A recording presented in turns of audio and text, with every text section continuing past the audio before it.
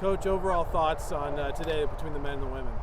Yeah, just mixed bag. We had some really good things happen, for sure. We had some challenging moments. We had some people not racing today, so yeah, kind of all over the place. Conditions seem pretty nice out here. What were your thoughts of how the course ran today? Yeah, conditions were really good for mid-September. The course is in phenomenal shape right now. I mean, you can see it by, particularly on the women's side, some of the times up front. So yeah, it was a great day to race, and this is just a fantastic course. How important is it to be able to have, obviously, this race every year being the Mel Brott Invitational, and then but also hosting the cross-country championship for the MAC and just getting that opportunity to kind of run the race here before championships? Yeah, I mean,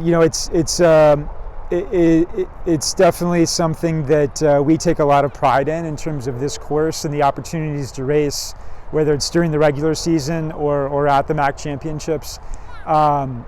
Nobody knows this course better than we do, right?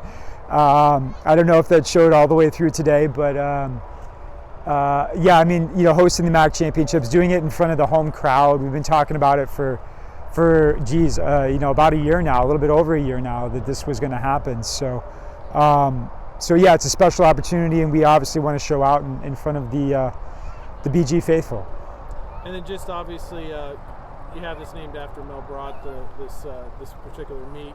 Just what he's meant to the program, just be able to have that every year, that invitation in his honor. Yeah, I mean, there's obviously a deep history here at Bowling Green. We just saw it. What was it last night with Dave Waddle being inducted into the Hall of Fame?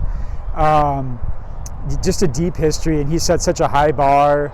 We strive to meet that every day, right? But yeah, just so much history with Mel and just that cast of characters, Dave and Sid, and there was just so much success, back in the 70s, and something we're really proud of, and eventually we want to get back to that point again.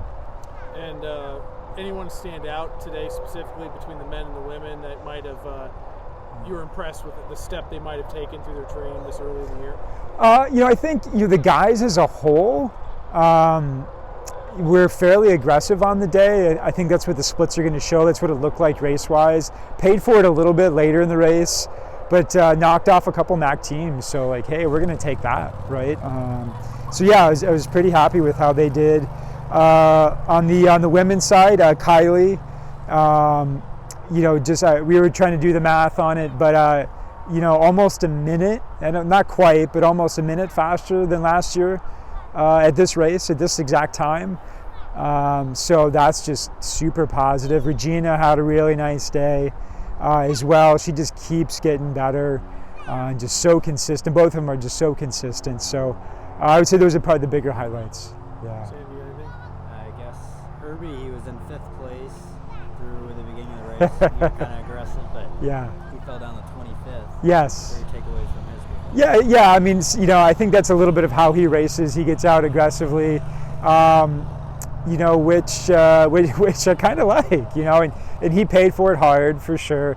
But there's going to be a point where fitness-wise, he's going to have enough in the tank to keep things a little bit more in check, So yeah, so all the guys were fairly aggressive today.